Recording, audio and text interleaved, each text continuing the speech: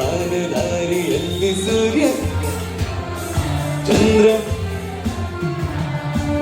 ಕಲಿಯೋಕೆ ಗೋಡಿ ಭಾಷೆ ಆಡೋಕೆ ಒಂದೇ ಭಾಷೆ.